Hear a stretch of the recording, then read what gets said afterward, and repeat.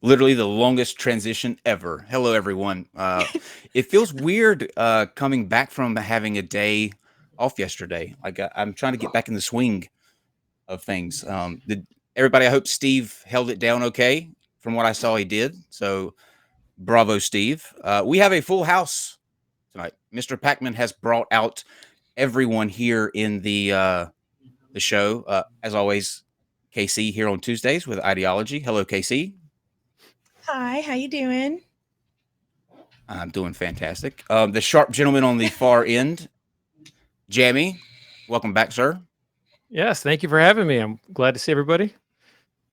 And we are, sir. And the star of the show tonight, also the fine-looking gentleman in the center, Mr. David Pakman. Welcome, sir. Thank you for coming on. Thanks for having me. Absolutely. So tonight, yes. Go ahead, Casey. Did you forget Steve?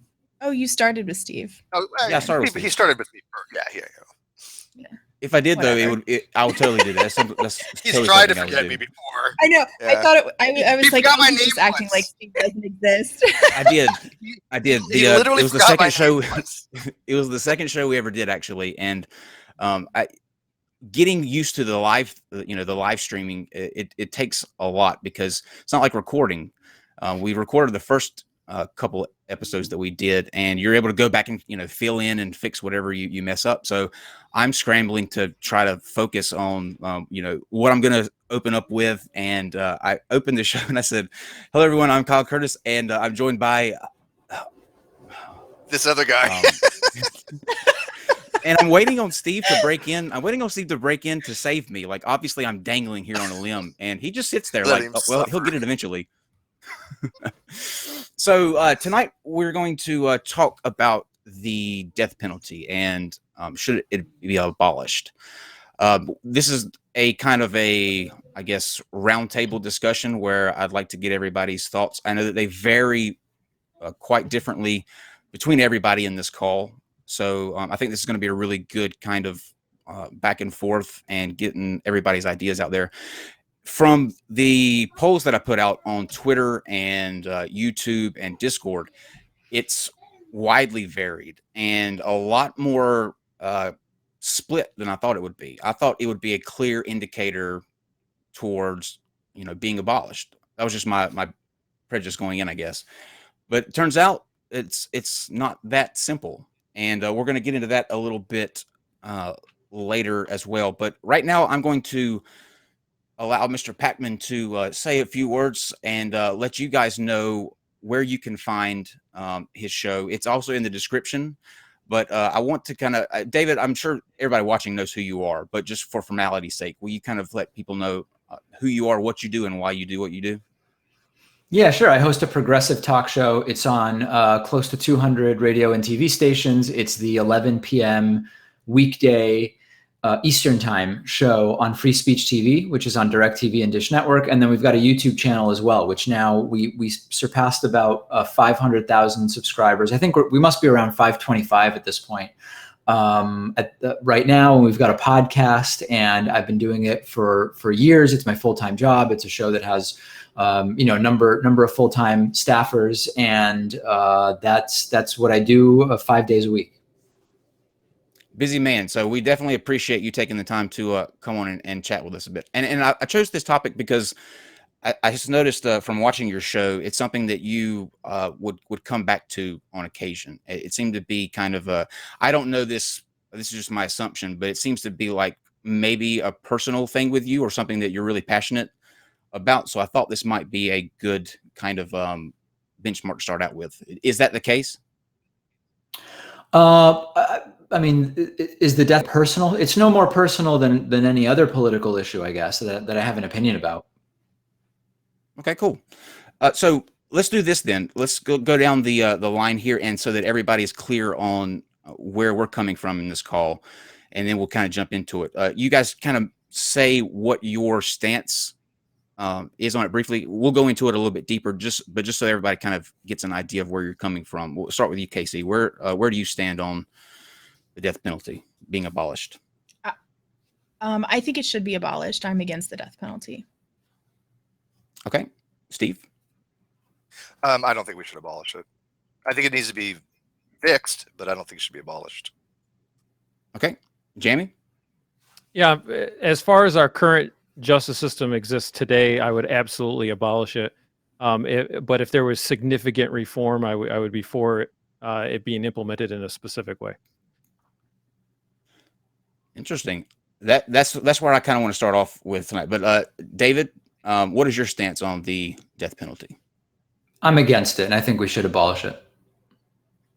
All right, so we're kind of split with Jamie being a kind of in between guy there. So, Jamie, let's start at that middle ground then. When you say if it can be reformed, then you would be for keeping it. What do you mean by that?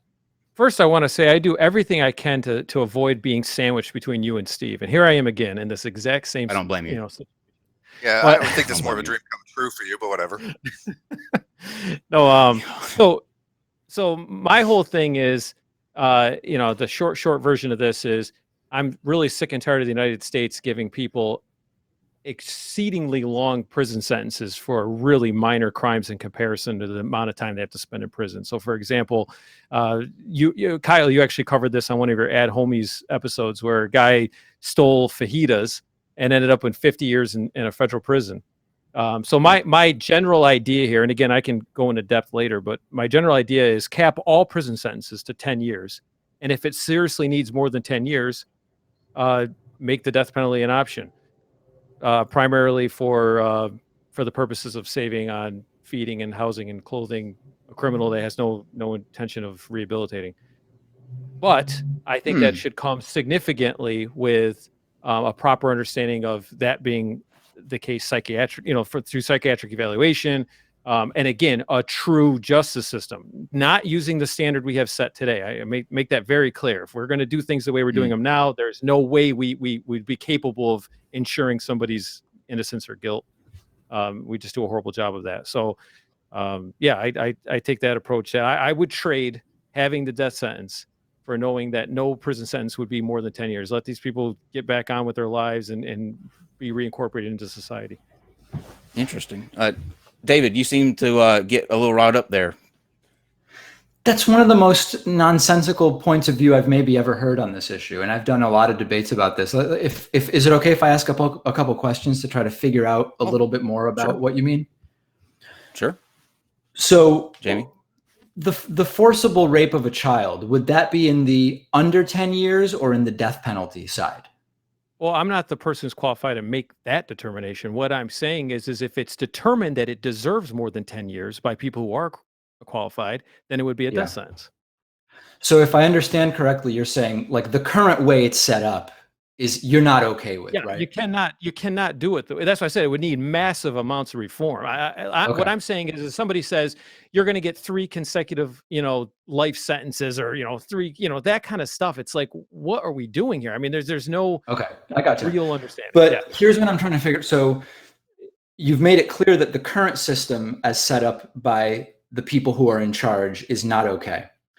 But then when I asked you for your view on a specific case, you said that's for the people who set it up to decide, but you said that those are the people that are doing it wrong, right? So if you're not going to give an example of like that, if that's not one that you can give us a sort of your view on, you want the people who are in charge to give their view, but you're against how they've done it now. So why would you think that they would do it the right way next time? Because I would implement more.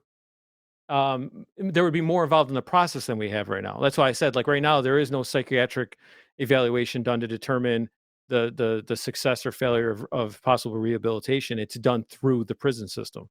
It's not done. What do you mean by that? But the prison system doesn't determine the sentence. So you want psychiatric evaluations in the prison system, but it's the justice system that determines the sentence when someone is found guilty. So why would the prison system having psychiatrists have any bearing on the penalty that's assigned at verdict? You didn't hear what I said. The psychiatrist would be during this, during the pre-sentencing would be part of the justice system. They have that already. They have that already. It's false to say that doesn't exist now. It's used as part of sentencing in countless cases. Not in terms of the potential for rehabilitation, no. Absolutely. That's a question that's asked all the time of psychiatrists at sentencing. Okay. Well, I've never seen it myself. But Okay. I mean, I've got what, that's I what guess, that am I remains an reading? Am I incoherent reading? position. Am I reading your hostility here is a little high for this topic? I mean, Yeah, I mean, it's just like it's such a are you serious emotionally thing. involved in this? We did get really intense there. Yeah, Yeah, it it's- is serious, and it requires a significant amount of maturity to talk about the issues openly. I mean, I'm not at all advocating this on a political platform. I'm not running for office on the position. I'm just discussing it in the sense that one of the things we have that's a major problem in our country is significantly long prison sentences that are unfair and burdensome, and we also have a issue where we have to provide for these long sentences. So what I'm saying is, and then you also get into the deterrence factor. I haven't seen that's been completely squashed. That having a death penalty does not provide any deterrence benefit whatsoever. I'm not saying it's the significant amount. Just saying that isn't a clear cut yes or no case. So I'm just saying if we lived in a society, pretty clear cut, I think. But. You think? All right, well, share your view. I'd love to hear it. Yeah. So Let's do this then. What's your Deterrence, solution, David? My solution is we abolish the death penalty. Okay. And have just like however long they're sentenced for, or life sentences, but just basically the system we have now, just no death penalty. Well, no, there are definitely, I mean, I agree that we have way too long prison sentences for some crimes, like absolutely, for sure. The war on drugs is a disaster. That's 100%, but I see that as totally separate from the death penalty. So I feel like whatever point of view one has politically, there is a good reason that should appeal to that point of view to get rid of the death penalty. So like one of the things that was mentioned was the cost, right? The cost of keeping people in prison for life. That's actually cheaper than the death penalty, because since we get it wrong on the death penalty, unfortunately, too often, people get appeals, right? And that's just something that our justice system affords. Even if you've not been sentenced to death, you still have the opportunity of appeal. Few people want to eliminate that as something that is part of our justice system. As a result of those appeals and the backlog of death row inmates in states that have the death penalty, and the lack of availability of the drugs that will work in a what's called not cruel and not inhumane way, it costs more actually for the death penalty than to just say we're putting someone in prison without the possibility of parole, particularly because those parole hearings also incur a cost. So like if your big thing is cost, you should get rid of the death penalty. If your big thing is for some crimes that are so heinous, we want the worst possible punishment for someone. Putting someone to death and just turning out the lights doesn't even really seem like the worst punishment. The worst punishment to me seems the rest of your life, all you see is the inside of that prison cell. So like if your priority is, and this, it's not mine, but if someone had the priority of, I want the worst possible punishment, it's not just ending it. It's making someone live with the reality that they committed a terrible crime, and now they've got to sit and rot in a cell for the rest of their lives. So these are just a couple examples. I won't go on, but my point is, whatever your political beliefs are, if you have a more libertarian point of view where you think that the government should have as little power as possible because you don't think the government is good at doing stuff, well, then that includes you don't think the government is good at figuring out who's innocent and guilty, and you don't want to give the government the ultimate power of ending people's lives. So I think that's the sort of main point. Whatever politics appeal to any individual, there are really good reasons to be against the death penalty. And to speak to your point, I put together a list of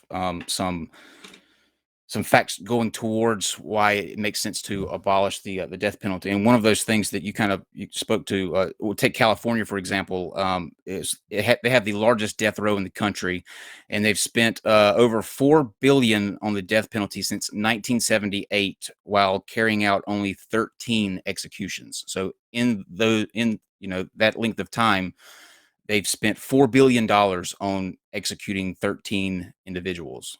And that to me, that was one of the things that struck out to me firsthand. We're going to get into the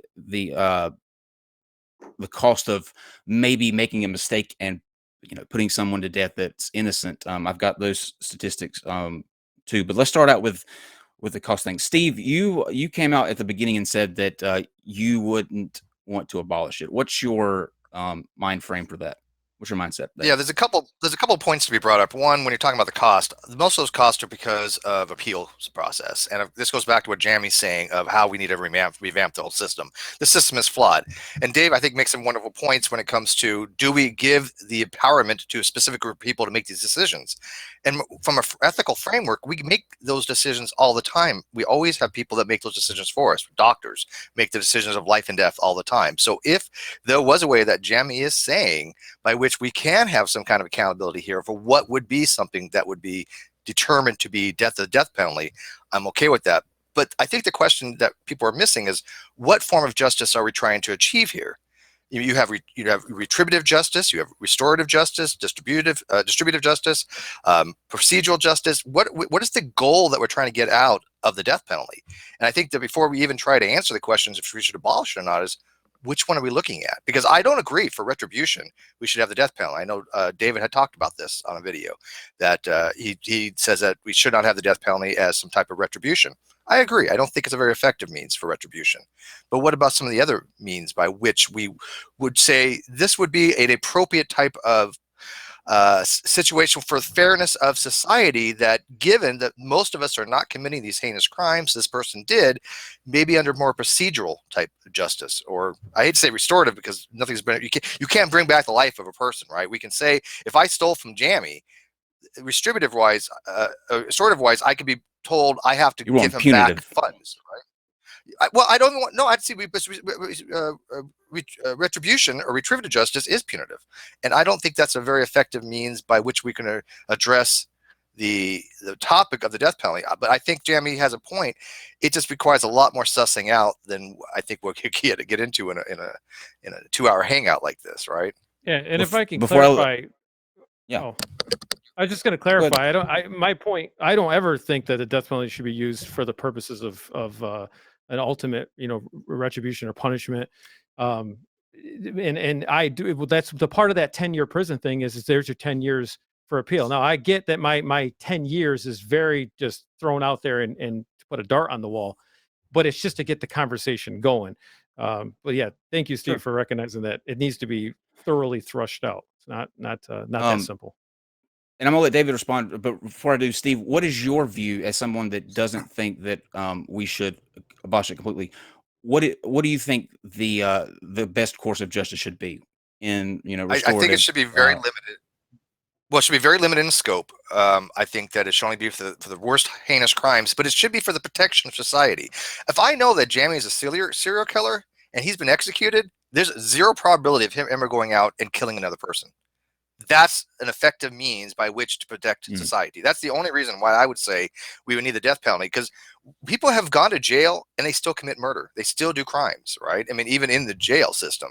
So if you want to protect society from somebody who does not have these things like compassion or empathy, or even what we would consider to be kind of a soul per se, which I don't believe in, but we think that like a sociopath, we'd say they're soulless, right? They don't care. They have no empathy toward anybody. If that is a person that exists, then I have no compunction by saying we as a society can end their life if it's beneficial to the rest of the society. Okay, David? Who gets to determine if it's beneficial to the rest of society? The people we put in charge for that, same what we do with doctors. There have to be very stringent rules by which we have these types of decisions being made. It wouldn't be your average schmuckatelli, obviously. It's somebody that'd be well-grounded in legal and philosophy. I'm not sure I understand the analogy to doctors, because you mentioned that a couple times. Maybe we could explore that a little bit. I mean, I think, number one, criminals don't choose to put the justice system in charge of deciding whether they get the death penalty or get life in prison, for example. People are consenting to have doctors treat them, right? So that's kind of like part of the it's part of the way medicine works. I guess we can come up with some like very specific situations where someone is brought into an emergency room and they're non-responsive, and the doctor is sort of deciding that it's an emergency room, we're going to treat someone. But for the most part, like the relationship of someone to a doctor doesn't have anything to do with the relationship of someone to the justice system that determines whether they get life in prison or the death penalty, right? So I guess I'm not sure the relevance of bringing up doctors at all. Sure.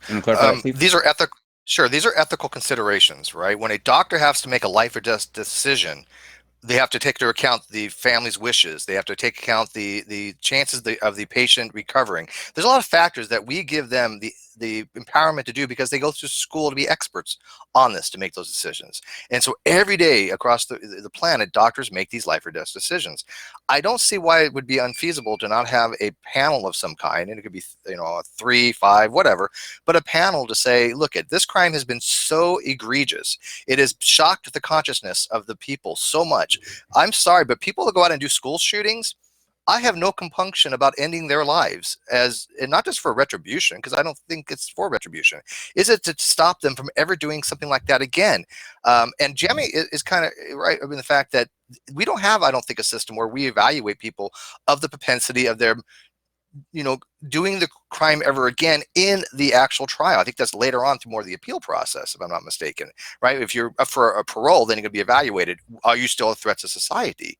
But through the actual, did you commit the crime? I don't know how much that is to take into account, but I think that people that demonstrate they have no remorse, no regret, and that might continue to have these patterns of destruction, then those are the ones they need to focus on. And like I said, we just allow a group of people that are trained in those things to do so.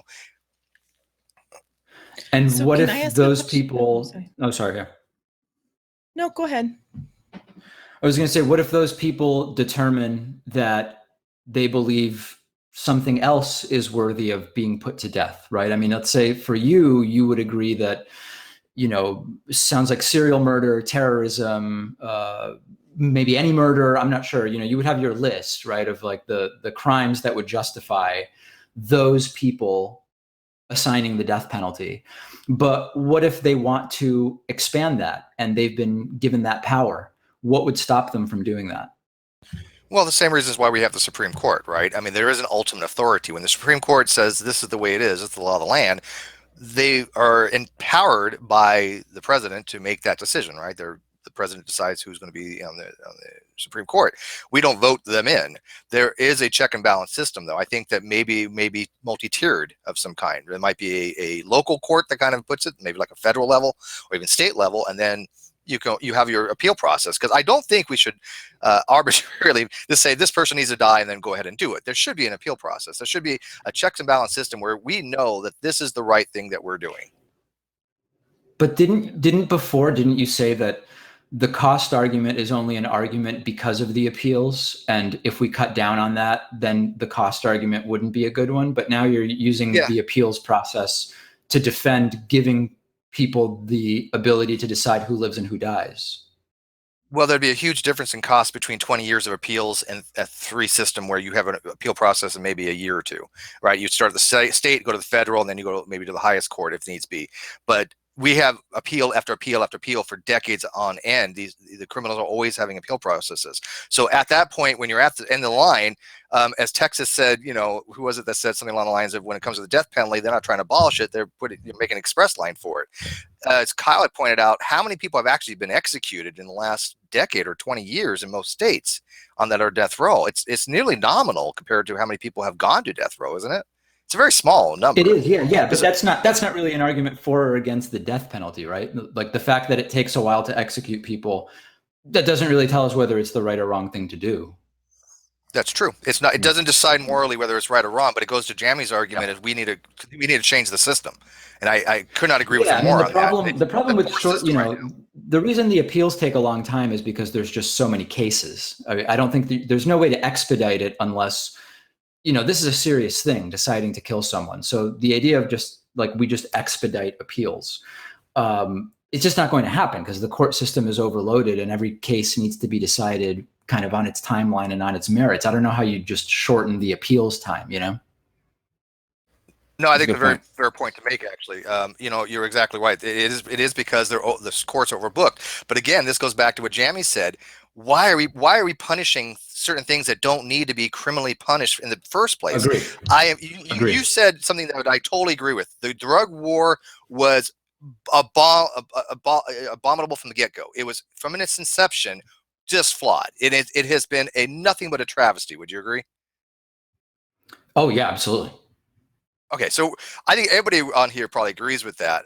And just by fixing that alone would probably eliminate many of the problems. But I do agree that we should not have people that have 30 years in jail. What good is that anymore? What I'm telling you, as somebody In that some cases, it spent probably years in saved the people military, that were innocent. 30 I mean, 30 years. think about it Well, that way. I mean, not talking about the death penalty. Yeah, excluding the death penalty stuff. But people just have gone to done petty crimes that got a decade or 20 years. That to me is just nonsensical. Absolutely nonsensical. Casey, you had a question. You wanted to get in real quick? Yeah, so my question is, if you have this list, and this is for anybody who wants to jump in, but as Steve made me think of it, if you have this list of crimes that are that warrant the death penalty, right? Would that be applied equally and objectively? Because right now, sentencing is not applied objectively.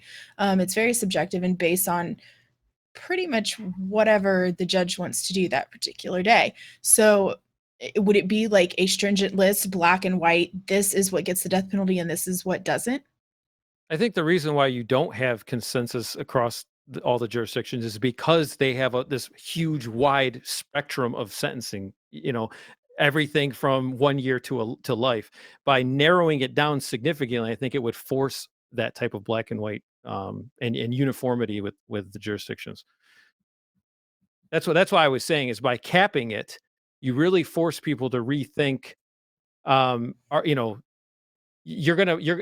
point for capping, and maybe David, this is where I might have caused a misunderstanding here. My point for capping was not to say, yeah, let's do a lot more, executions. My point for capping was hopefully to actually minimize the number of executions, but make it a better option than it is today. Today, it's not a good option at all in any way, shape, or form. That's why I'm not for it at all right now. That's if that clarifies at all. I don't know if it does. I mean, I guess aren't there so many crimes that we would probably all agree don't warrant the death penalty, but a 10-year sentence, 30% of which could be removed for good behavior or for prison crowding? Like neither one of those would be the right sentence. I wouldn't do reductions. That's the point. So you get a 30-year sentence and then they're out in 15 years. It's like, okay, 5 years shorter. I mean, is it really making a big difference? 5 years isn't a lot of time. Let me rephrase it then. Forget about the reductions of the behavior. Yeah. Wouldn't we all be able to identify crimes where the death penalty is too much, but 10 years on the nose is really not enough?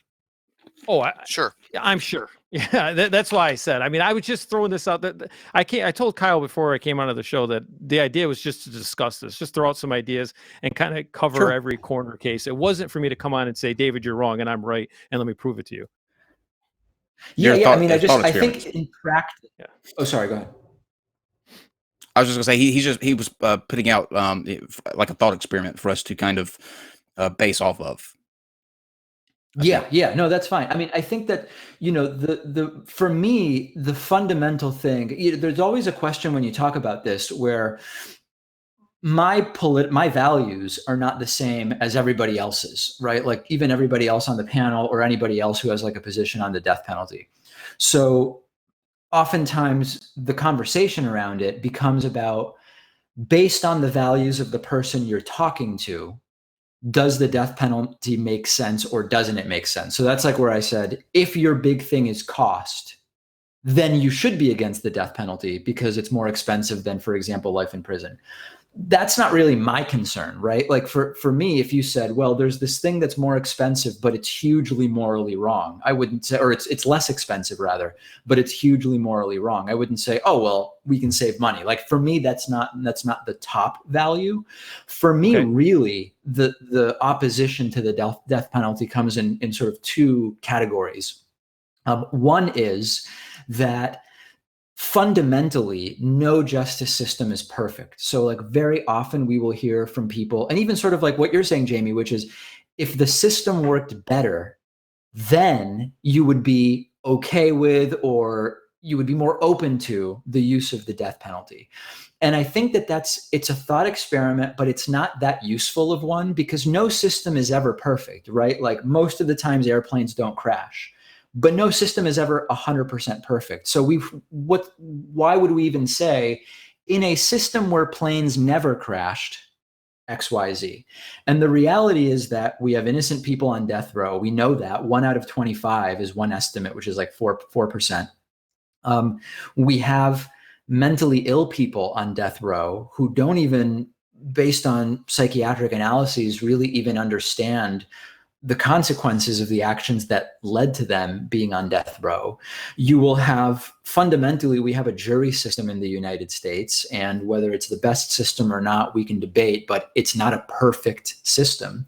So given that we will never have a perfect system, like, isn't that reason alone, cost aside, deterrence factor aside, which we could talk about, wouldn't that be reason alone to say, you know what, we can undo life in prison? No matter what, like it's not an irreversible decision.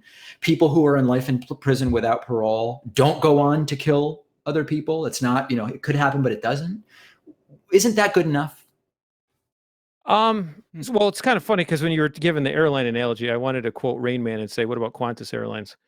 You've seen that movie? No, nice. But so I kind of want to say two things at the same time. One was you brought up morality earlier, and then you also just mentioned innocent life. So is my question for you before I can answer you is morality to you the idea that an innocent life is taken, or just the fact that we're killing people for any reason whatsoever is the issue? Like, what is the moral issue about this with you? The moral issue for me is based on my view about what it is that governments should and shouldn't do. I don't see any way to justify the government saying, here's a list of stuff for which we kill you. Okay. So it's not about a cost thing, because because I don't think it naturally follows that if we fix the cost thing, it would change your perspective on the death penalty, right? Like I said, for me, I think if you care about cost, it's cheaper to do life in prison. That's not my priority, right? So like that was sort of if I'm talking to someone who says cost is the most important thing, I might mention that. But for me, that's not really the issue. But that doesn't follow. I could say the cost is the most important thing. I support the death penalty, but we need to fix the cost. We need to fix the system to make it less expensive.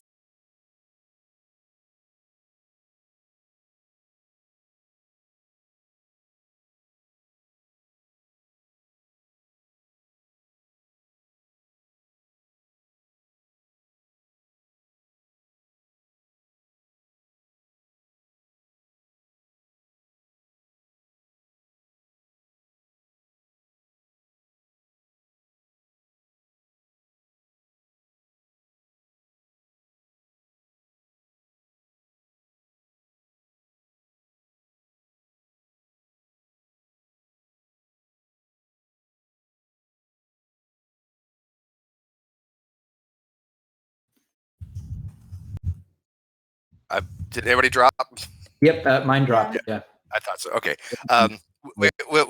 We're sorry about that from the outside. We'll continue where we left off. I was just saying that it doesn't necessarily follow that if your goal is to reduce costs, that you have to be against the death penalty. The goal would then be, let's fix the situation where we're not spending so much, but keep the death penalty. So there's not an entailment there, right? Sure. You could make that argument. I think that the ways you fix the cost issue cause new problems. Like, for example, you get rid of the appeals.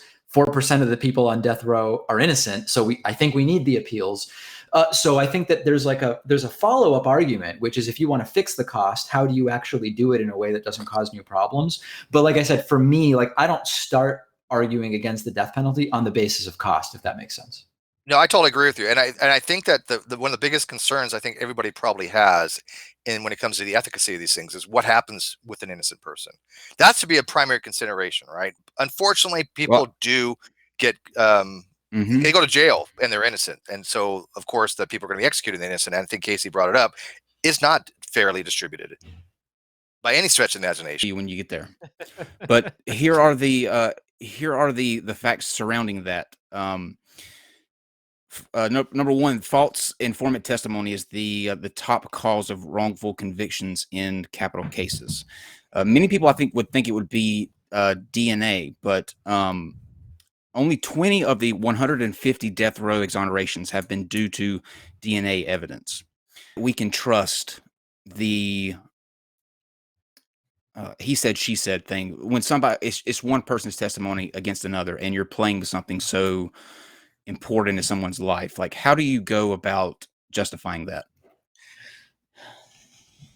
Well, let me ask you this: when was these done? Because obviously times have changed, right? And I don't think anything should be based on eyewitness testimony where somebody's life is at risk. That's just nonsense. But I think that because we have better These DNA are as of analysis now, 2016. so some of the, we still have eyewitness testimony putting people on death row. Oh yeah, that's a scourge. Absolutely. I mean, I'm this not is going to actually challenge called that, the but that is CSI effect. There's this thing called the CSI effect where people expect that many more cases will be sort of resolved in this neat and tidy way where they come up and they've got the DNA evidence. That's it. It's sort of open and shut. And the majority of people in all crimes are not being convicted on the basis of DNA evidence. And I think what you said is really interesting, which is if nobody should be on death row on the basis of eyewitness testimony, that's almost everybody. Yeah. I mean, so what do you say to that, Steve? Well, I mean, again, what happens? What do you mean by eyewitness? If we have a camera, if I have a camera set up somewhere and it literally shows me shooting That's Jamie, different. and I don't know why I keep doing Jamie. Jamie, I don't want you dead. Okay, just don't. It's hypothetical. Yeah, that's totally different. I'm just looking your way. Okay.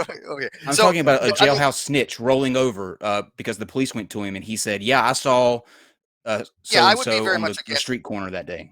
I would be very much against that. The jailhouse snitch example is one, but most of the eyewitness testimony is not people who have a very obvious incentive to snitch, and even people in jail are not necessarily getting a deal if they make a claim like that. I think it's important to just remember most eyewitness testimony is just people who are pulled into the investigation in some way, shape, or form. I would go on a limb and probably say DNA is much better to exonerate than it is to convict.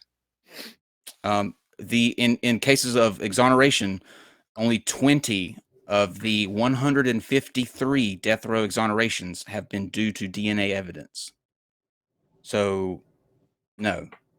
The reason for that is that it's hard to prove a negative. Just because DNA evidence can create circumstances which can be used to propose how it might have happened, but someone's DNA could be somewhere for reasons unrelated to the crime, and just because their DNA isn't there isn't necessarily exculpatory either.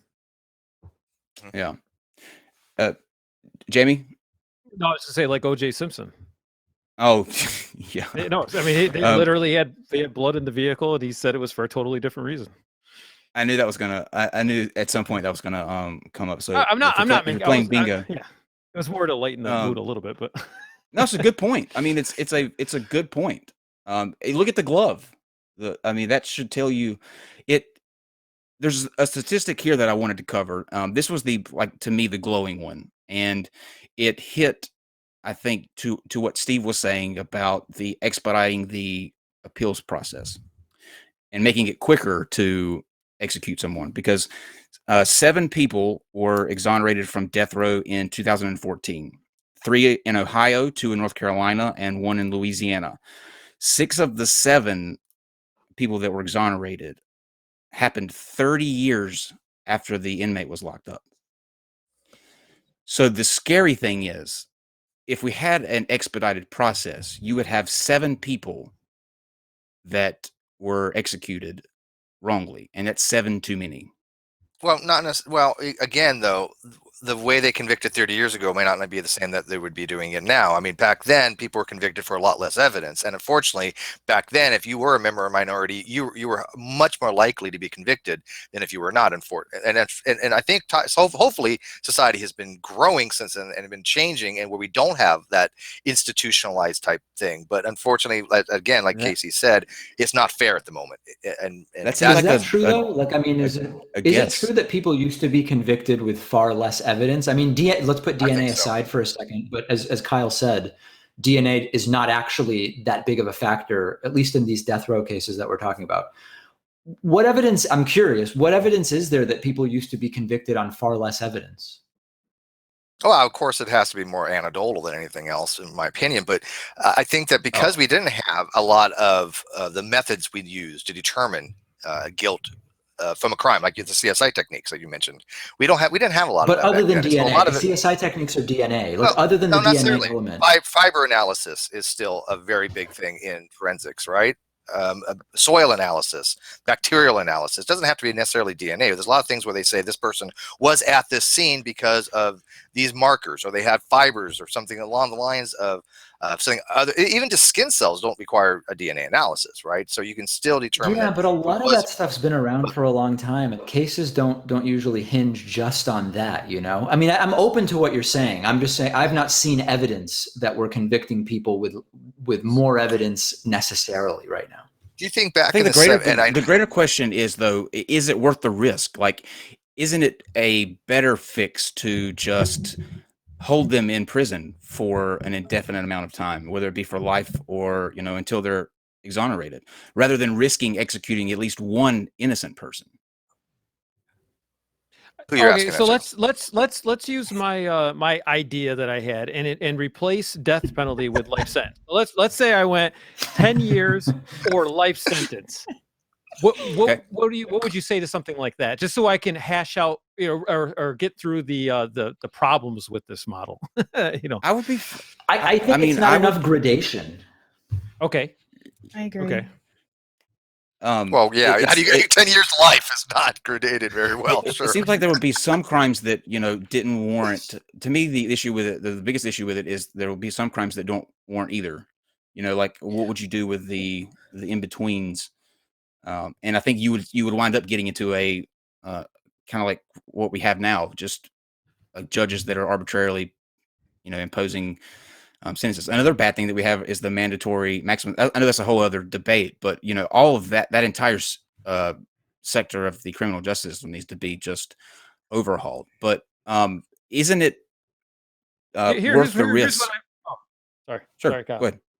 No, here's what I'm trying to say. This is why I support 10 years.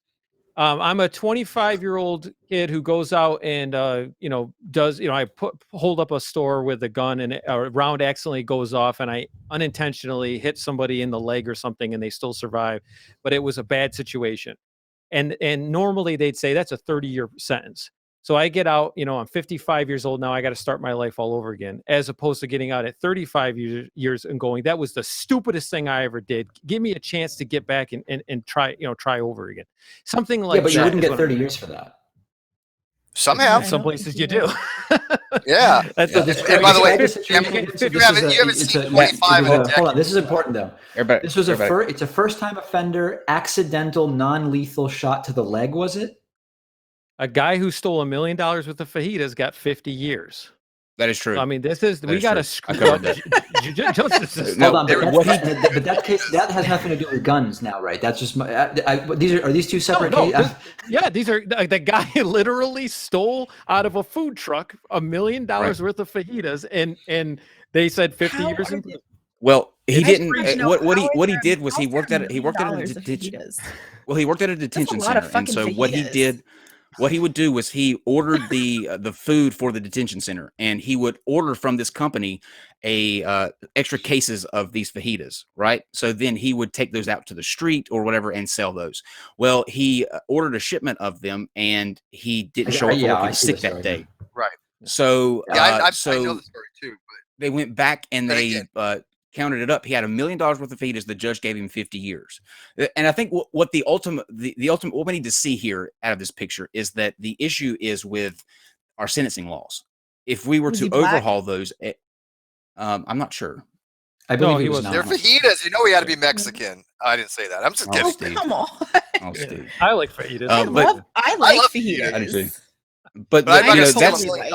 I mean, listen. That So goes- I think that's- this case, this case has Go ahead, nothing David. to do with the death penalty. First of all, I think 50 years is crazy for that. But I think it is important to mention that David, he I'm was, sorry, but at his age, it is a death penalty. It is. It's a life He's dying sentence. in is what you prison. mean. Yeah, It's not yeah. the death But I'm saying penalty, it's a life dying. sentence. He's dying in prison. Is my point. Yeah. I'm not defending it's cartoonish to say that it was for fajitas and it sounds funny, but you're talking about a guy who was basically stealing taxpayer money, skimming. Mhm. It's conspiracy. I mean, it's not 50 years for me. I totally agree. But Sure. the point is sort of like a 10 years or life or 10 years in death, or it's not, I just don't think it's adequate for the complexity level of the world we live in. Why Too do rigid, we what need you're a saying. why do we need a prison sentence of any kind of long magnitude for a white collar type crime? I believe prison should be much more tailored for the violent offender. I mean, I think that there are ways. Well, let me finish. Let me finish. I think there are white collar things that there can be much more going for restorative type justice, and I think that many of these crimes that are committed don't require incarceration for 50 years. That person that stole the fajitas for all that money is no different than somebody stealing a candy bar when it comes to the efficacy of stealing. They're not going to harm Very society different. to the point where they're not taking somebody's. I beg to disagree. But you're trying to compare somebody walking into a gas station and grabbing a candy bar to someone stealing taxpayer money. Well, yeah, and the system that he had to set up in order to do that, like he had to lie to people. He had to. I mean, he did steal. You're right, he did steal, but it was like a whole freaking like operation that he had going. It's next level. Yeah, I'm familiar. So it was a lot. It's not like walking into a gas station and stealing a candy bar. But what is the restoration going on by putting him in prison? What are we trying to protect at that point? I mean, he can't. That's a really if he's not good general getting argument, back the though. money would be more important, right? Paying back, giving back some of the money, and if they wanted to say, okay, this person needs to go into this program where they're doing community service for 20 years or something like that, put them in the almost like I hate to say the military type thing, but where they're giving back and they're paying back to the taxpayer. That to me is far more effective than putting in prison for 50 years, because they're not a threat to society of any magnitude against somebody that I'd rather have to your seen earlier in prison, points, like a rapist or a murderer. To your earlier point, though, Steve, you were talking about these sentences make an example of people. I know that people won't be stealing fajitas anymore if they work at detention centers. And you know, the funniest part is the same thing when it comes to like the death penalty as a a deterrent. We all know isn't very effective. However, there are people that will not kill a cop because knowing they will be on the death row if they kill a cop. In that particular instance, I think many states they it does. Well, yeah, but in the states that have it, I think it does have an effect. I think there is something. So you're saying that the states that have the death penalty have fewer cop homicides than states that don't have the death penalty? No, I'm not saying they have fewer, but I think it doesn't be said that somebody's going to say, you know what, if I'm going to kill somebody, if the person is a cop, I think that people will probably take much more pause to make that decision than if they. And by the way, what's that? I was just gonna say I can answer that. In a national survey in 2016 by all of the U.S. police chiefs, they had to rank what they considered to be priorities in terms of effective crime reduction. The death penalty was last in that ranking of. Not for crime reduction. I said it. Yeah, no, I said it's not a very good preventive measure. I'm saying for that one type of crime, cop killing, I think it might be more effective than it not happening. It's not. So here's the way this works. And I know you guys go for 2 hours, Kyle. I don't know if you remember, but I had about 45 minutes today. So I'm sort of getting to the end of my time. I do remember. You're good. Here's the thing about deterrence, and this is really, really important. The criminology data says that assuming that it is a, generally speaking, strict enough penalty, the exact potential penalty is not a very big deterrent. So like, let me give an example. Jaywalking. If the penalty for jaywalking is $2 versus $100, there's very little deterrent effect from having it be $100 rather than $2. What does make a really big difference in terms of whether people will jaywalk or whether they won't is how likely is it that they'll get the penalty at all, right? So if it's $2 and the cops are regularly giving people that penalty, that's a deterrent. If it's $100 and people are regularly getting that penalty, it's equally a deterrent. So what we find out when we look at the data is that when you consider something like cop killing, because that's the example, if the options are, if I kill a cop, I might get life in prison, or if I kill a cop, I might get the death penalty, the deterrent is how likely you are to be caught, which is why in countries with high levels of corruption, where gang crime and killing and murder are less likely to be punished at all, you see more of it. In the United States, both the death penalty and life in prison are strict enough, and it's likely enough that you will get arrested and caught, that the difference between one and the other has zero deterrent effect. Yeah, I agree. Enforcing of laws is important. Yeah. Yeah, I don't think he said anything I would totally disagree with. I think that there is something to be said by the degree of measure by which we're going to be punishing somebody, whether it's a small ticket or large ticket, doesn't have a significant factor on people's decision to break the law. I totally agree with that. Yes. But Okay. I think when you made the point about it, do we have a perfect system? And you said it's irrelevant to talk about it. What you're describing is irrelevant as well, because no system enforces all of the laws equally. They pick and choose. No, it's the likelihood though. I mean, you're right. You're never going to get it exactly. But the point right, if it was, there's a 10% chance you'll get caught for murder versus a 70% chance. Like the 70 is enough, right? That's what we're saying. It doesn't have to be 100. And David, you're getting, I think, up to your time. I don't know how much time you have left exactly. Yeah, I've sort of got to go. The conversation has been really, really good, but I sort of allotted some certain amount of time, and I've got people waiting for me. You did? Absolutely. And we appreciate you coming on. We'll let you wrap up any last thoughts that you have, and then we're still going to stay on, everybody, so we're going to continue this conversation. But I do want to thank you, David, for coming on and giving us your point of view. No, thanks for having me. Great to hear everybody's views, and I really appreciate the interest in having me on. Absolutely. Take care, David. Best of luck with everything. Okay, thanks, guys. Yeah, this was a very good conversation, by the way, David. I was very It was impressed. nice to meet you. And he's already gone. Okay, so now that he's gone, let's really say what we really think. I'm just kidding. Very passionate guy. Very passionate guy. We started off a lot more hostile than I thought, but that was Jamie. Jamie, you held strong with your Jamie, what the fuck, man? Do you have to just? This is I was not letting go of the 10 years. I was literally talking to some coworkers, and I go, maybe I'll throw this idea out, see what everyone thinks about it. Yeah, I could take it or leave it. And this guy's like, that is the stupidest idea you've ever said. And I was like, Jesus, man. Fucking thing I have ever committed, heard in my life. But you committed. Like you did not back down from your 10-year plan. So again, my only reason for coming up with that idea was, if you're going to say there's light at the end of the tunnel, rehabilitate and get better, and you can get back and fix things, I think it's a reasonable amount of time where a person young enough would go, oh, I still have my whole life ahead of me. Maybe a person who's 70 goes, fuck it, I'm going to start killing people.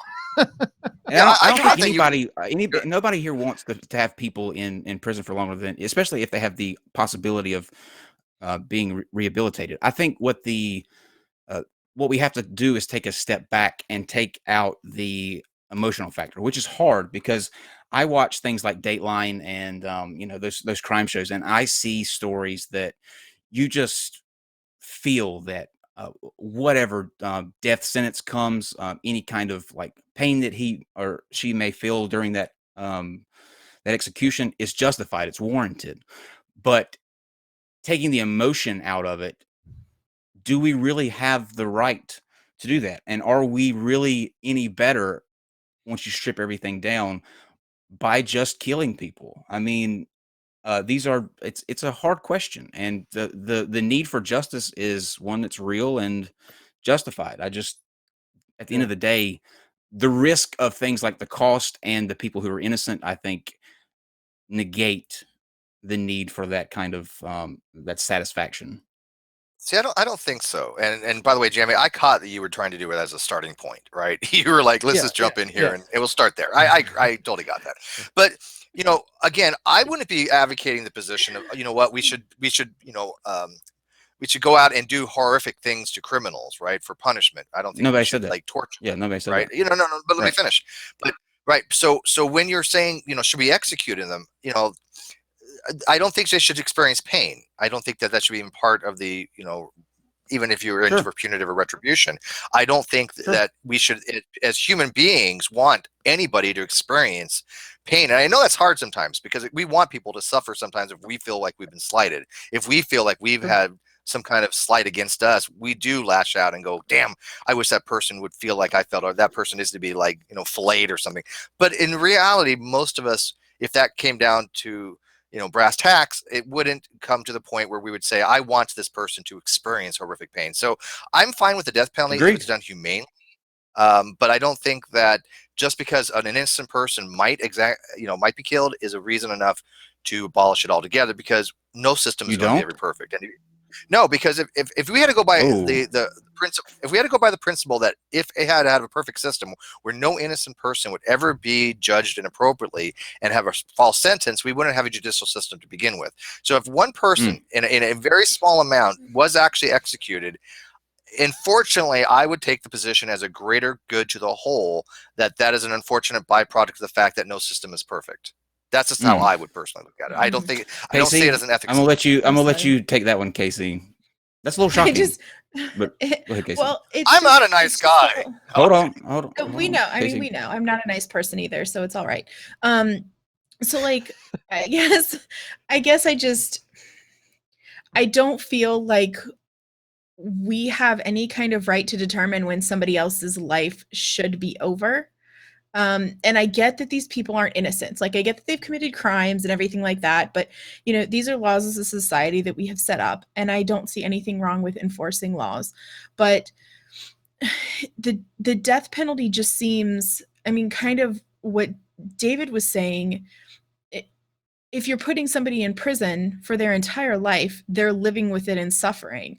What do you gain from killing somebody? I know that, Steve, you mentioned like societal safety, but if they're life in prison without parole, they're in prison. And if they are a danger to the rest of the prison population, put them in solitary. Like, it's just not, I just don't feel like there is any reason for which we have any ethical grounds to kill another human being. I don't think we have a right to do that. And That's if, why I mean, solitary. especially, well, and especially people are still killed in prison. Even I in understand that solitary, there are people. I understand that, but like, at the same time, if you're killing innocent people, even a small percentage, kind of like Kyle said, and I just don't view innocent people as a unfortunate byproduct of a system. That's just not acceptable. But it is a reality. One's too many. One's too many. No, but it's a reality. We have, even if you went It's by a reality that reason now. Well, It's a reality that we created, though. Let me finish. If you have that same position, then you have to be ubiquitous across the board and say, well, if one person gets 20 years, we should not give anybody 20 years, because we don't want to have one innocent person that has 20 years. You cannot just specifically take one. You can undo I how that understand. works. I can understand. Death is forever. Sorry, I Christians. understand that. Spoiler alert. I understand that. Forever. But you can't but use you cannot say just because one innocent person has this will happen to them that you should abolish the entire system, because we're not going for a system of perfection. I disagree. Killed, Steve. And killed. Killed. I know what it executed. Hold on. And that's the way that the country is. That's the way that the country is leaning, because they are declining year by year, and eventually we are going to get to the point where it's not a thing, that we aren't putting people on death row. But you can undo a prison sentence. You can put a key into that lock and turn it and let them out. Once you put them on that gurney, that's forever. There's no undos. So I mean, if There's somebody no gets, I don't see why there's a difference. if somebody gets a 20-year sentence, okay, somebody who's innocent gets a 20-year sentence, they could be let out during that time if they're found innocent of the crime. If some other kind of evidence shows up or you know, turns up or whatever else happens, whatever the reason is, that person ends up innocent, they can leave prison. Let's say that we take innocence off the table. What's happens if we have a person that admitted the crime and they fully admitted it? I mean, they even said, if I get out, I'm going to be killing people left and right. I've done this crime. It's on video, on DNA, the whole thing. They don't get out. So, no. But would you be for the death penalty for them? No. You just lock them up. But there's no chance of them. That's what's so strange. It's such an easy fix. You don't kill innocent people, and you don't have people that are let out to kill any other people. It's a win-win. Just don't let them out. Just for the sake of just discussing this, forget all the fact. I mean, I get everything everyone's saying. What I want to know is, are there any crimes? I'm not talking about justice systems here and inefficiencies and just horribleness that we have in our justice system now, but are there any crimes that you would say, if I had a magic genie that can make this totally possible, that deserves a death sentence, regardless if it's done or not? That deserves it, and these crimes do not. Like, can you pick crimes that you would say deserve a death sentence? Sure. By their level of heinous. Okay. Absolutely. So it's but I couldn't. Does that mean it's the correct thing to do though? Just because I think that it's I know. I'm just pointing out that that yes, I absolutely can think of crimes that deserve somebody being put to death. Harming any kind of child, I think. To me, I would go as far as animal cruelty. Those people piss me off more than anything, really. See, that's the thing, is it's so subjective. It's so subjective. Like, to me, there is no crime that I think it is acceptable for us to be like, yeah, that crime is worth the death penalty, because you think that cruelty to animals is worth the death penalty, and someone else is going to be like, that's stupid. Like, you know what I mean? And so I don't think across the board, I just don't think that there is a way that we can determine, yes, this person deserves to die. I think that person deserves to be punished. But who are we to decide when someone deserves to die? Deserves is a really specific word. And because so, we are a society that makes those decisions. We do that all the time as a society. We make those decisions of what is deserving of what. And if somebody goes in and shoots up a school, school and kills innocent children, I have no compunction. I'll pull the switch. I have no compunction as a society to end that person's life at all. And what good does it do? What good does it do? What's the benefit? As somebody who has been in prison, I can tell you, I've spoken to people who have been murderers, who are in there for life, and every single one of them that I spoke with, every single one of them said during that year I was there, at some point or another, they wish they had went for the death penalty, because it's some of them have been there for 40 some years. It's more punishing for them to live inside of this concrete bubble. So if you're going for what people deserve, trust me, they all would take the death penalty in a heartbeat. No, but I even said at the very beginning, my interest in the death penalty has not from a retribution standpoint. I don't care about the restorative. But I don't think anybody can see what. Right. Well, then what is it from? One second. But from the other part, from restorative or more of a distributive type justice. But you're saying that this person would rather have the death penalty. Would you allow, if that person wanted to have the death penalty, to make that decision for themselves? No. Rather than have life in prison. They don't get that. Why? No, they don't get that decision. Why should they get that decision? They committed a crime. They should have to pay. They're paying. We don't reward people for. But if you're saying the ultimate payment is giving up their lives, then why are you making? But that's not the ultimate for them. That's what they're choosing. That's not the ultimate payment. The ultimate payment is them living their whole entire life in the prison. So you're more interested in our hands. So you're more interested in punishment. So wait 1 second. You're more interested in punishment. Hold on, I want to clarify, because you're strawmanning us here. It is not about at all what's good for them, in a sense. It's about what we as society have the not only authority but the right to choose towards other people. Like taking a life, I think, puts blood on your hands. That's the reason I wouldn't want to do it. It's a thing where we can lock them up behind bars, but I'm not going to end their life. I don't want that blood on my hands. It's not. If you're going down the path of argumentation that it is worse for them to be in prison than their life being ended, you are making the argument from a retribution point aspect. You're saying I want vengeance, and vengeance is not the same as justice. So if you're saying it is worse for them, well, not you. Casey was especially saying that it is worse for, and these are her words, that it is worse for them to be in prison than to be killed. Then you are mainly saying from their perspective. That's the thing. From what they say. Okay. So do you want it to be from their perspective? Do you want it them to be in that particular place where they're thinking to themselves, this is worse for me than something else?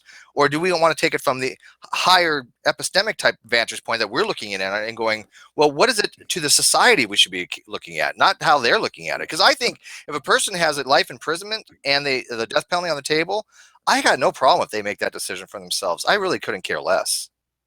They don't get to make that call though. Well, they don't now, but I'm saying if they did, I wouldn't care.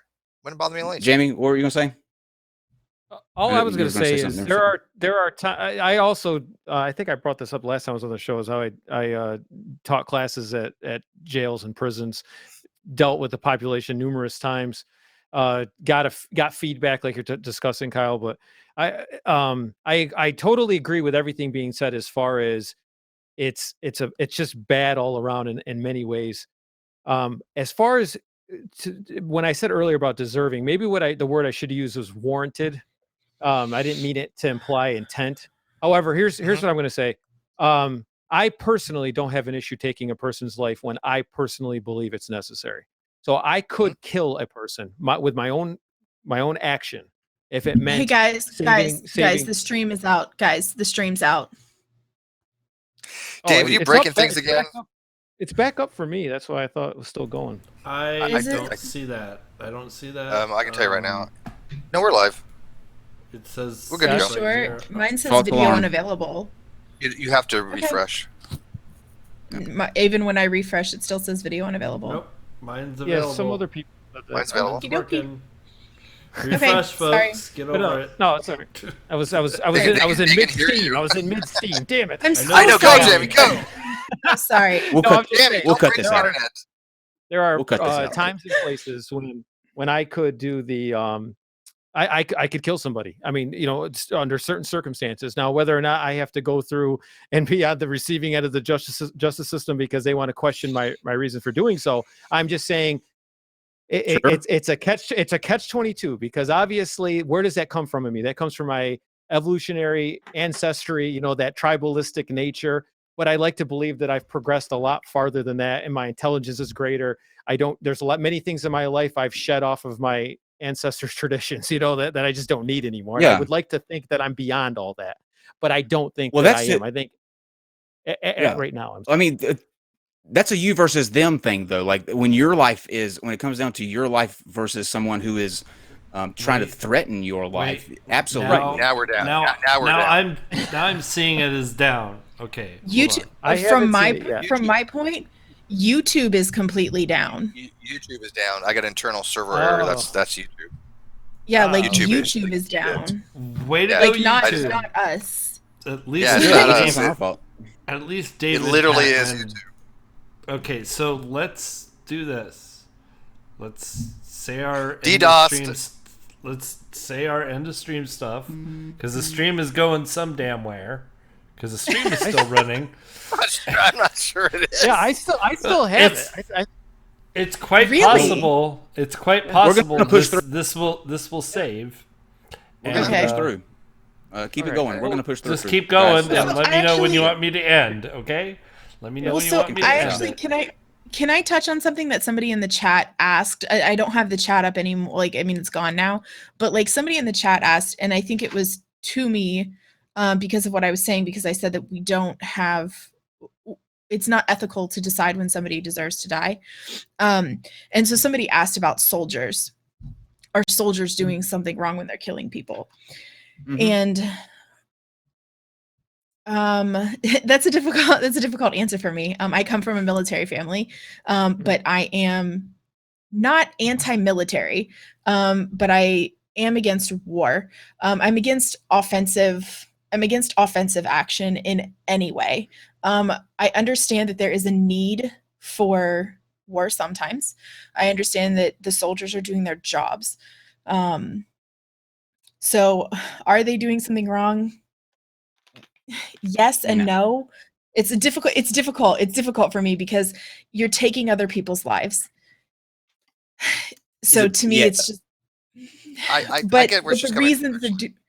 but the reason that they're doing it is not just because they've been told to, but you're defending whatever, doing whatever, but that comes with the presupposition that you're at war for the right reasons, or that you're doing something for some kind of good.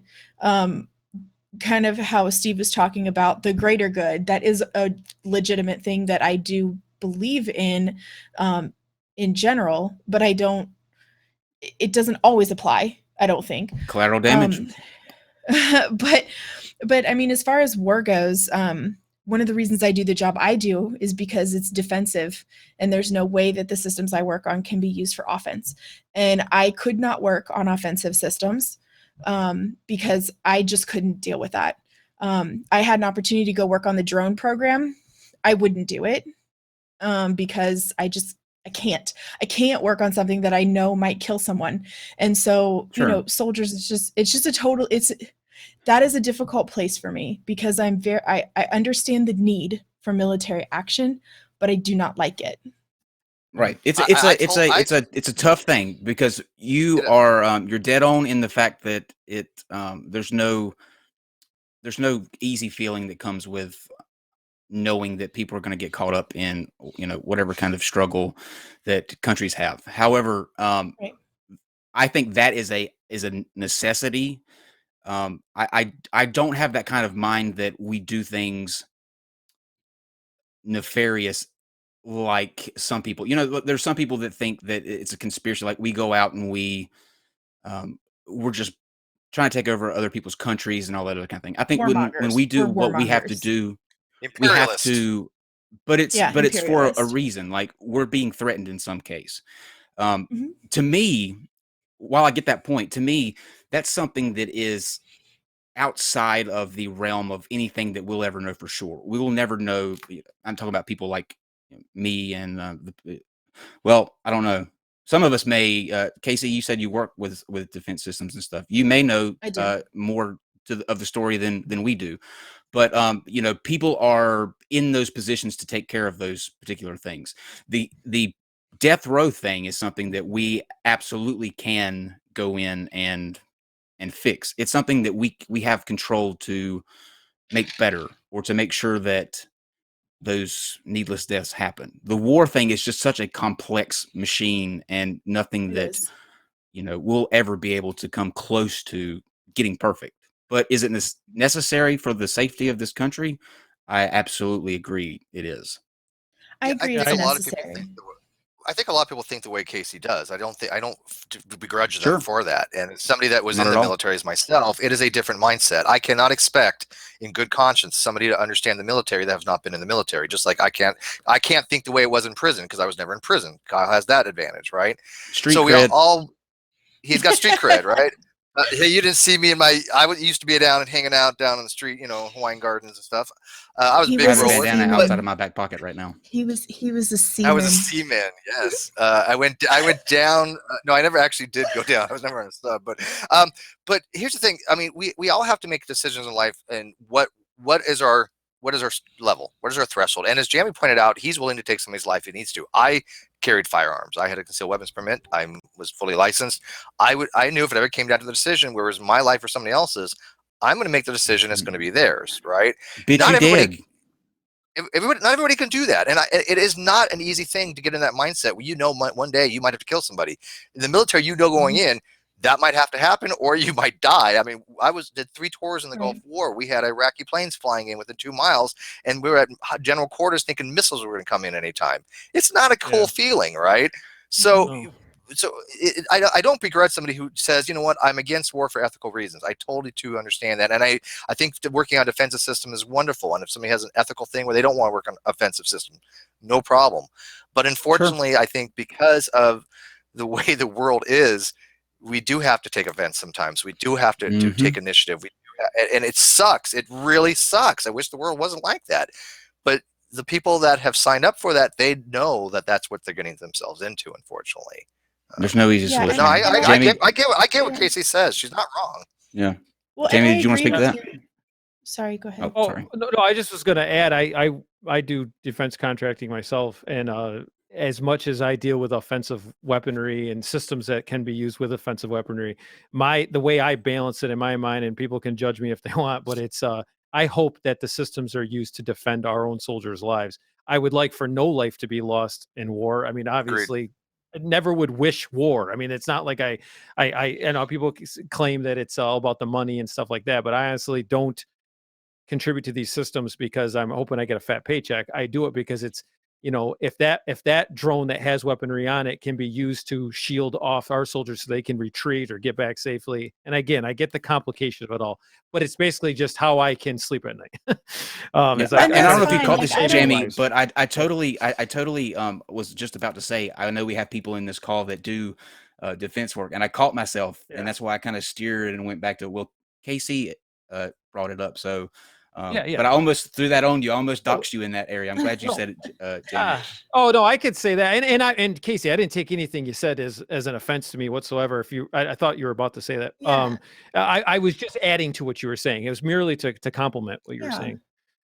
It's tough. Yeah, and it's tough. just for me, and it's I think every person is individual, because I understand what you're saying, and your logic makes complete sense to me. I couldn't do it for me, but I don't think that makes you an evil person because you can't. Yeah. And I don't think soldiers are bad guys. Like, I don't. I mean, there are some bad soldiers, just like there are some bad everybody, right? But like, I don't think soldiers are bad people. I think they're doing a service to their country, and I think that's a good thing. It's one of those things where I think the system kind of sucks. It's a necessary system, but I think there are ways. I hate war. I think most people hate war, but I would never call.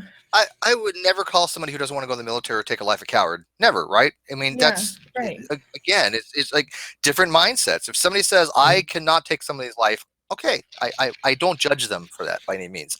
However, I do think you have an obligation. Well, I mean, I think you have an obligation to make that decision for yourself, but more so if you're, for example, if somebody's going to take the life of my daughter, there's no decision to be made.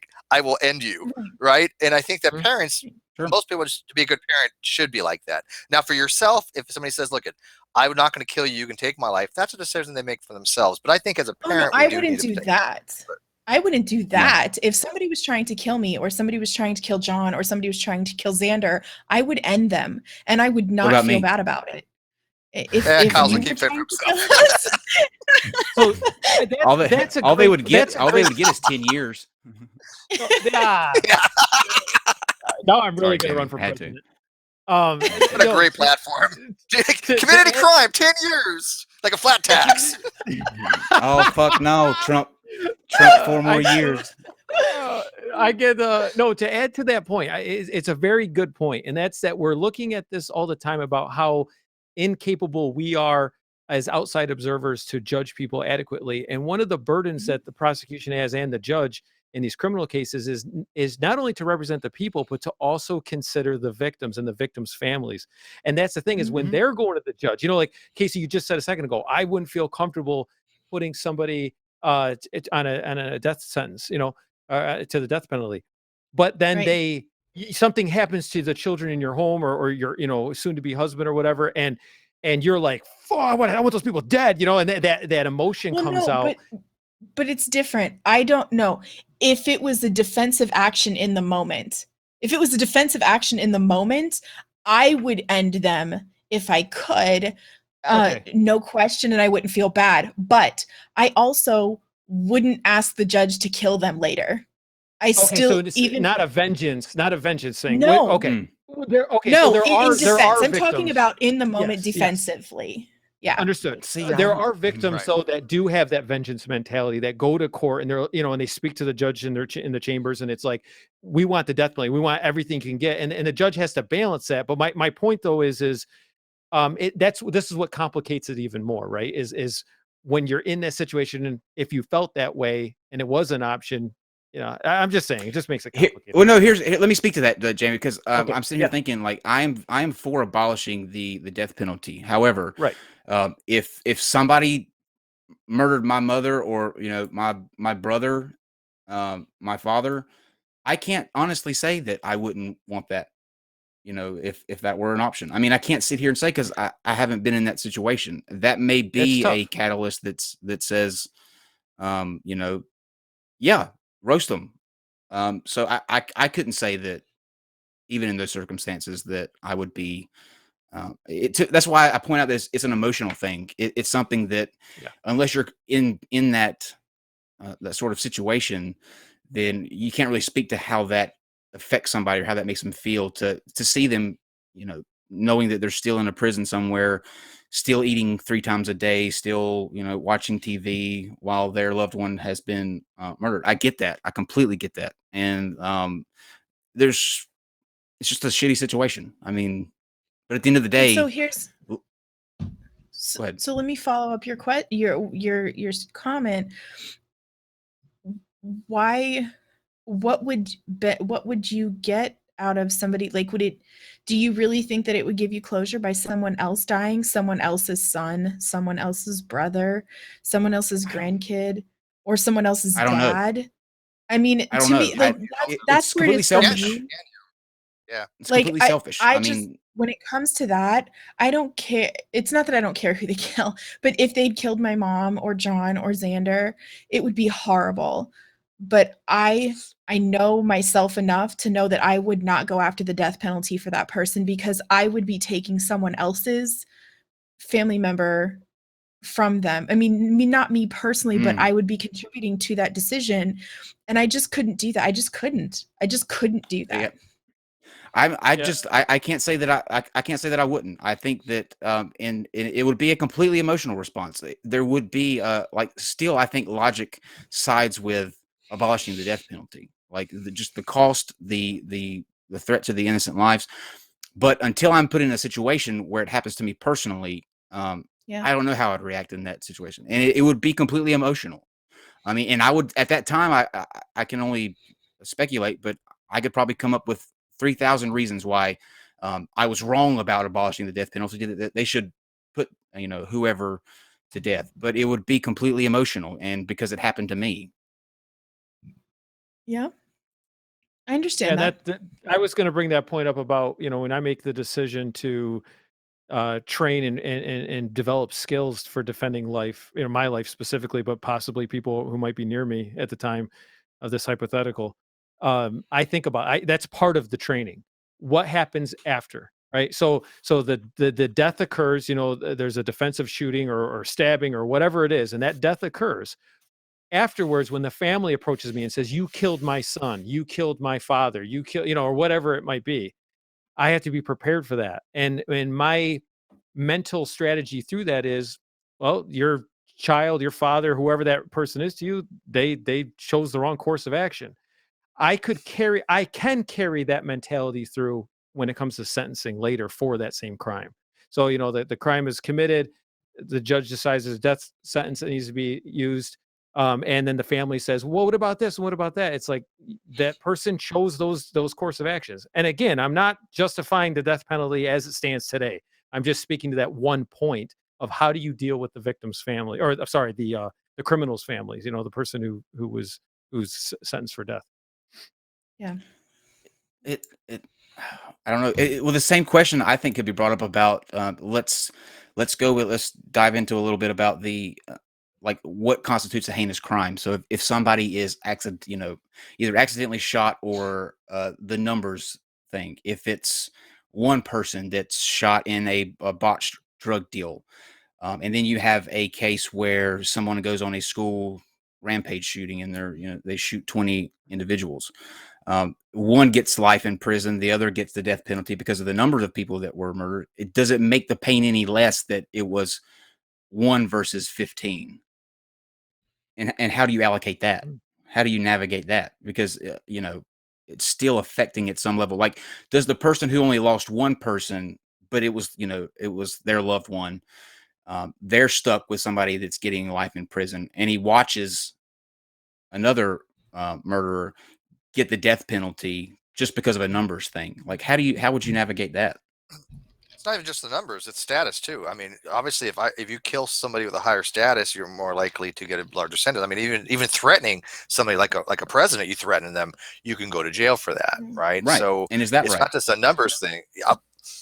It's a legit question to ask, but I think as a society, yes, it actually is right. I mean, I think that we do value certain lives more than others. I'm sorry. I mean, I'm the dispassionate one. I get that, right? And yet I love the topic of ethics and stuff like that. But the reality is I'd rather have one scientist than 50 flat earthers, right? If I had to make that decision. Because in society, a scientist is going to give more back, obviously, right? In a joking flat sense, earthers yes. aren't shills. Yeah, I Steve, mean, the I'm flat not trying to be earthers dead aren't serious. shills. But there's something to be said there, position right? to hold. It's a tough Yeah. position to hold. I don't know. My camera's I don't know. fucked up. It's kind of blurry. I know. There. Has GE don't know been what happened kissing to me. again? No. Probably. Has he ever kissed the camera? Anyway. I don't know. Just Good talk. an aside, so just I an think- aside here, Caitlin, before you start. Apparently, YouTube is just taking a massive laxative-induced dump Shit. because, Google. there's Google has just, taken a shit. Yeah, there's Discord servers all over the place saying all their music bots are broken. So, and that works by basically playing music from YouTube. So, there you go. No, think you it- play down. Dave, can you hit a local recording? I think it's still going. I think It's still still. recording, I but- think it's still streaming to the ingest servers. I think those are fine. So I think you'll Yeah, get. as long as it's going to the ingest, we'll be okay. hit the local just in case though too. I'll Well, start we're it Just this is a now, fail safe. but we're almost This is a done. I'll fail-safe. hit it now, but Yeah. it's So a little clearly- late. It's clearly a little somebody- late. It's okay. Clearly, They can somebody still hear us has- right now, by the way. They can't Something hear may us. happen. Something least may they're They can happen hear us. in these final 20 minutes. A magical moment could happen where we will look back. Let me frame it like this, okay? Just like the death penalty. There may be a moment that happens here in the next 20 minutes where we will go at the end of this stream, man, I wish I had that recorded. If we'd only pushed that record button, just like the death penalty, you still have that. We can push that record button. You can undo life in prison. He's hoping for a miracle But in 20 minutes. Jesus But will if come you back in the don't, next 20 minutes. if you don't push Okay. if you don't push that record button, guys, if you don't push that record button, you can't get this video back. Just like True if you story. take that life. Just like the last 90 So- minutes of our lives. But And they with that, can. we will conclude. End on that. We will conclude. They are This was a fantastic. This was This fantastic. was one of the best discussions I've ever had on here, to be honest with you. I've really I think it's one thoroughly of enjoyed this. Like, the a ones you were the lot. most wrong, but I knew he was going to do that. I got jammy a little bit on my side. Yeah. These are No, the you type don't. of topics You're I not like. paying I attention. don't think there is. I don't think there is a right or wrong on these things. I think that these things are a lot emotionally charged, and to try to even dive into innocent it, people bad. awesome. I Killing definitely. People Innocent bad. people dying is bad. Kill them all. I God can- will sort them out. Come on. I can completely see I can totally see the idea of move past this, never have death sentences, better justice systems. They're unnecessary. I get that completely. My whole thing was in a better system, still knowing it's imperfect. If somebody said you have your choice, keep the sentences exactly as they are. We have a ton of prisoners getting really long sentences or life sentences, or we can bring in the death sentence, and we're also going to make it better for people who have these middle ground sentences or lower sentences. Everybody can get out of prison a little sooner to get back onto into their life. Say it, Jamie. On with their life. That was all my point was. I feel like everybody that I just want to kill as many people as I can here or something. You're I hope hostile Ten there. years. it was communicated. Yeah. well. 10 years, Jamie. You're Jamie, 10 years, you're Jamie. fucking silly. You really need to go to decaf, man. I mean, yeah, right. You know Yeah. what? I have a better solution, Jamie. What you should do is get your ratings card like you did for that time we did the jokes, and just have a jury in the and they hold up the cards, whatever they think, and then you just take the average of that. That could be their sentence. Yeah, do you that's want to the get chat the? room. We got Like they 3 judge quick super gymnasts. chats. Do you want to get them on there just in case if the ingest does take it? Because I'm pretty sure that we probably will. So, and I think people are still listening. They just can't see us video wise. Well, so I asked Godless Iowan because he told me 18 minutes ago, he said we're still up, and I just now saw the tweet, or it wasn't a tweet, it was a DM on Twitter. And so I asked him if we're still up now, and he said, not for me. My stream went down about 10 minutes ago, but we were still on until about 10 minutes ago. Like, not video, but audio. Right. I'm getting Yeah, mixed just reports. in case. So it is going somewhere. All right. So anyways, ESO, $2, hashtag I'm with Jammy. Hey, you got one person supporting you, Jammy. No, I actually. But didn't he say Jammy Jam? Didn't he say Jammy Jam, Jammy if Jam. I remember right? Oh, Jammy Jam. Jam. Right. Yes, I'm with No, Jammy Jam. Jimmy Jimmy Jam. Jam. Jimmy Jam. Yeah. No, Jimmy Jammy. Oh, I Jammy think Jam. it says Jammy Jam. Maple. Oh, Just wow, Jammy. he got rid of Mr. Atheist is out. All right. Maybe in some weird in some way, Jam. Jamie, this will actually do the opposite of what David said at the beginning and take off. Maybe this what you just did was plant the seeds, and you will be the head, like, overlord of some decade or death, the decade or death system. I think Jammy broke YouTube. We'll just blame Decade Jammy. or TV death. system. Yeah. I was gonna say You that. decide. That sharp suit he's Decade got. or death. Yeah. That sharp The suit. YouTube execs were like, put the lethal injection on their stream now. You know what? Actually, And if Maybe we catch they- you, if we catch you executives, it's 10 years or the death penalty. So get your asses Yes. ready. Maybe they shut I'm down on- YouTube just because they didn't want us to like really figure this shit out, right? Well, Maybe. so on Twitter, apparently YouTube died worldwide. Yeah. Wow. Oh shit! No, I checked it. Everything's down. Well, YouTube is right now, but we don't know if the ingest is going to accept it or not. So we're just going to continue like Yeah. it is. But Yeah, it's fine. okay, so 0132132-666. The death penalty leaves no individual with a sense of moral accountability for killing. Murder in Gen Pop at least means somebody feels accountable. Okay. Oh, I see. Hmm. What you're saying. Okay. I agree with some degree in there. 0132132 $10 more to Steve. Within your conception of the death penalty, if someone is determined to be a psychopath, will that be a serial killer before they're killed? Should they be killed? If somebody is a psychopath, where they have the high degree that they are going to go out and serial kill again, I have no compunction about their lives being terminated. Personally, I do. well, you're not an objective moralist, so you're no, I'm kidding. Okay, so you said kill again, but I think Zero's getting at you do the Right. same psychiatric evaluation post a crime. You put that on somebody who hasn't committed a crime yet, and they get the same results. This guy's a serial Yeah. killer. Holy crap! I see. I see. No, Three crimes. okay. I do not think this we is should. We should punish, Minority I'm Report. telling you. Yeah, I don't Right. think we should punish people if they have not committed a crime just on what they Yeah, potentially this might is do. this No. like 1984 thought crime That's silly. shit.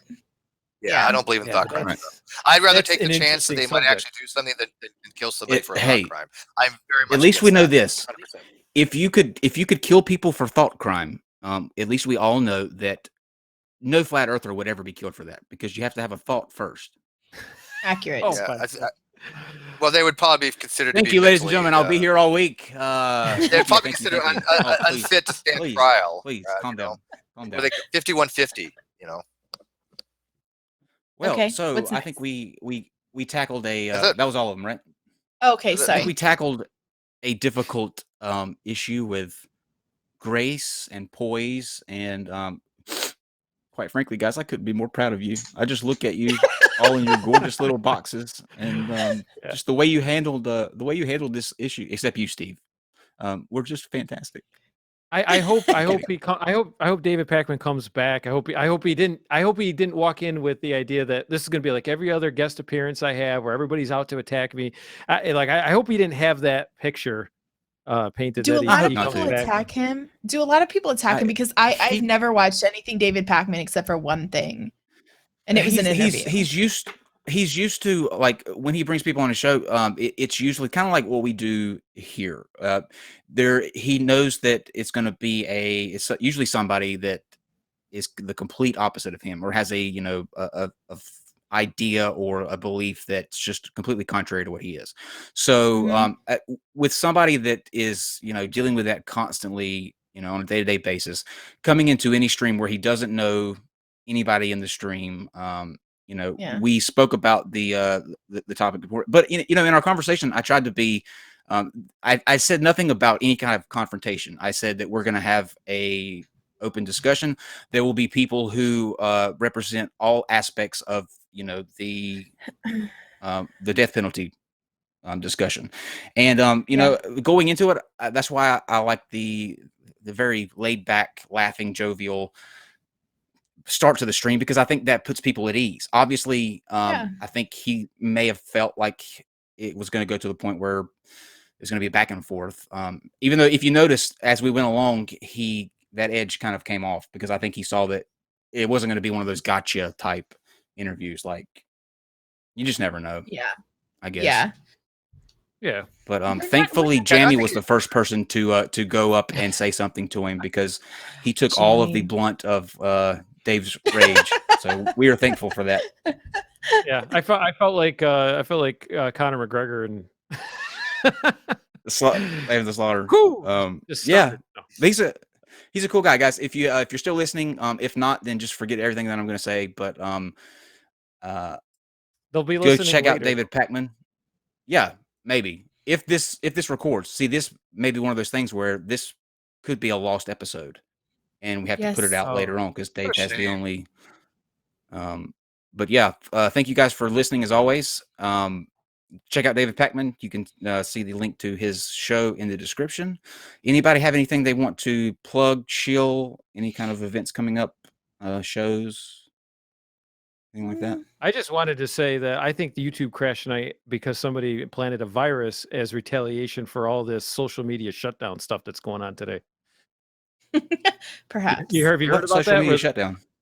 Everyone's like deleting accounts and cleaning up like they did to Alex Jones.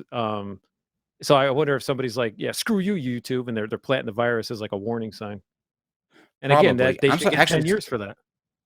I was getting ready to say that was going to be my next comment. Was this an anonymous attack? Like, did Anonymous do this? Yeah, right. The 10 years or bust thing, man. And you all, and Anonymous, you all get 10 years.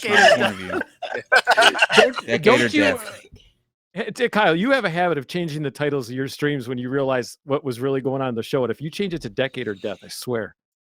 Oh, yeah, no. I usually change I usually change. See, there's a thing, like with each stream, I don't know what's happening, or what's going to be. Obviously, we all use clickbait. Let's not lie. We want people clicking on the title. So, like with the Smoking Nun on Sunday, we did. Actually, I think Casey, we did the same thing, and it's in the same title. The story about the guy who called the police that said that the ghost planted meth on him. Yeah, is that what you're talking about? Well, Katie brought that up on Sunday during our Smoking Nun. So you best believe I went back to the title and said, "Ghost plants meth on a meth planting ghost and natural birth," or something like that. But yeah. So That's tonight funny. will be David Pakman, Decade or Death. Spin the wheel. Oh, You decide. Good night, America, and the rest of the world. Non sequitur. Your facts are uncoordinated.